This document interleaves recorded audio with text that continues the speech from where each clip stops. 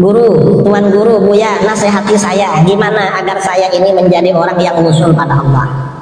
Kata ulama Yaman ini, kamu jangan gampang salah sangka sama orang, jangan gampang suudzon, hati kamu dijaga, itu aja.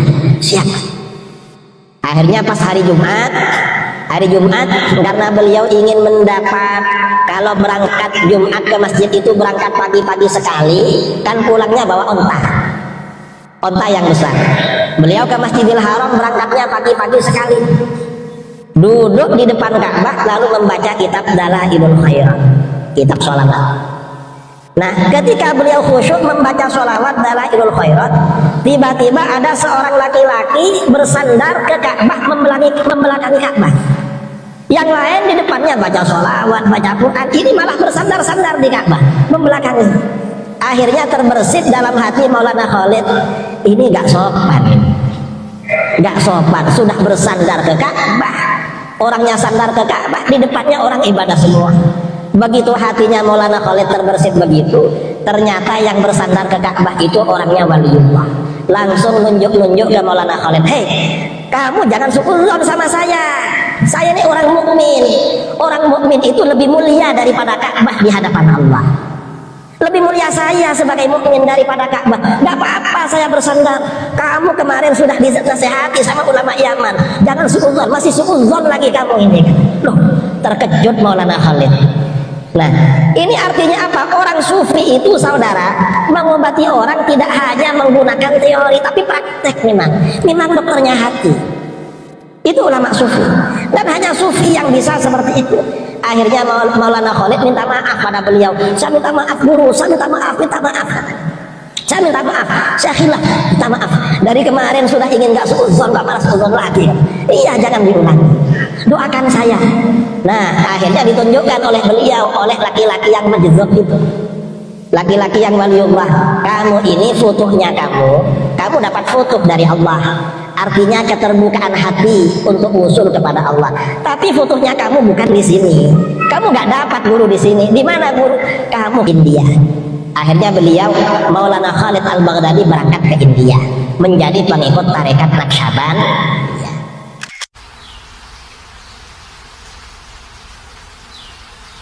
Siapa sih waliullah? Siapa waliullah yang harus kita cintai? Anak kasih hadiah, sebutkan kriteria waliullah. Karena ada orang mengatakan waliullah itu yang nggak sholat. Di Jawa itu ada istilah khelap atau majdzub. Orang ini nggak sholat tapi sakti.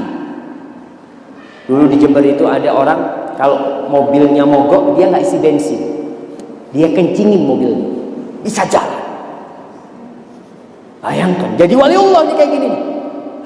Menurut sebagian orang seperti itu. Lah, subhanallah. Waliullah itu yang pertama Nabi kita Muhammad SAW yang sholat sampai bengkak kakinya.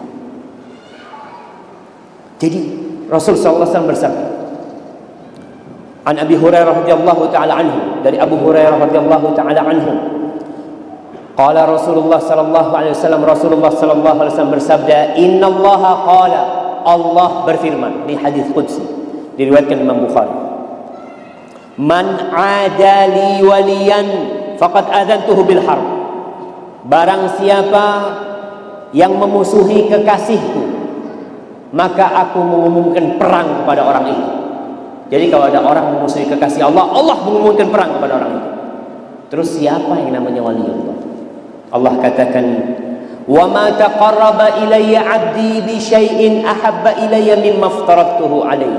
Tidak ada satu hamba yang mendekatkan diri kepadaku lebih aku cintai dari hal yang wajib-wajib.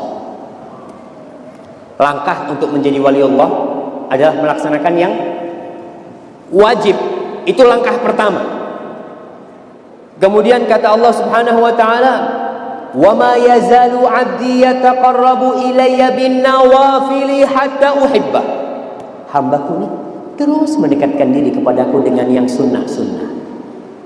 Kita lihat kalau sholat 5 waktu, semua sholat 5 waktu, semuanya sama di mata Allah Subhanahu wa taala.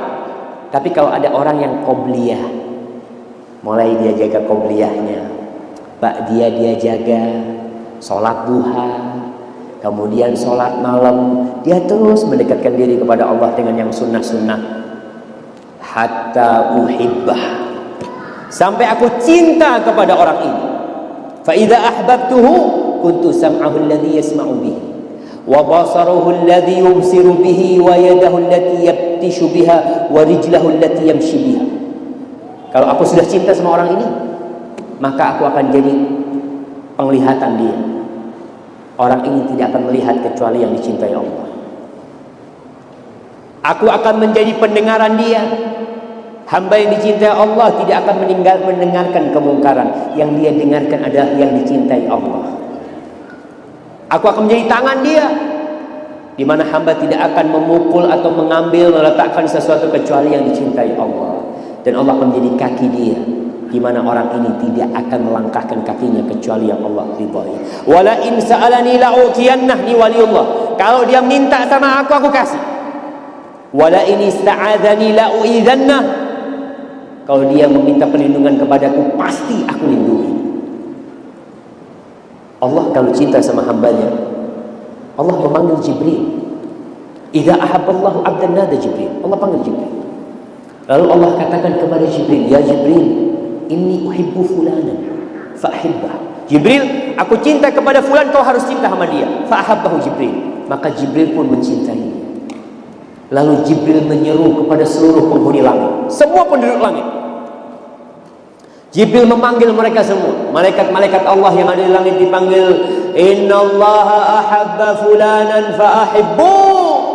Allah cinta kepada fulan, kalian semua harus cinta kepada dia. Fa'ahabbahu ahlus sama. Semua penghuni langit mencintai dia. Thumma wudi'a lahul qabul fil ard. Kemudian orang ini jadi diterima di masyarakat, di bumi Allah ini. Kita harus cinta. Jadi orang yang waliullah itu melaksanakan yang wajib plus yang sunnah-sunnah. Jangan sholat malam, Masya Allah, sholat malam 11 rakaat, sholat malam 23 rakaat, sholat subuh jam 7. Ente kenapa jam 7 sholat subuh? Afwan, ana semalam sholat tahajud. Kau mau jadi waliullah, melaksanakan yang sunnah, menelantarkan yang wajib, nggak bakal jadi waliullah. Engkau harus melaksanakan yang wajib baru bisa menjadi waliullah. Ma'asyiral muslimin, yang terakhir, orang yang cinta kepada Allah akan rindu berjumpa dengan Allah Subhanahu wa taala. Akan rindu ingin melihat wajah Allah Subhanahu wa taala. Kita selama hidup di dunia kita beriman dengan Allah dan Allah itu ghaib. Sifat orang yang beriman yu'minuna bil ghaib.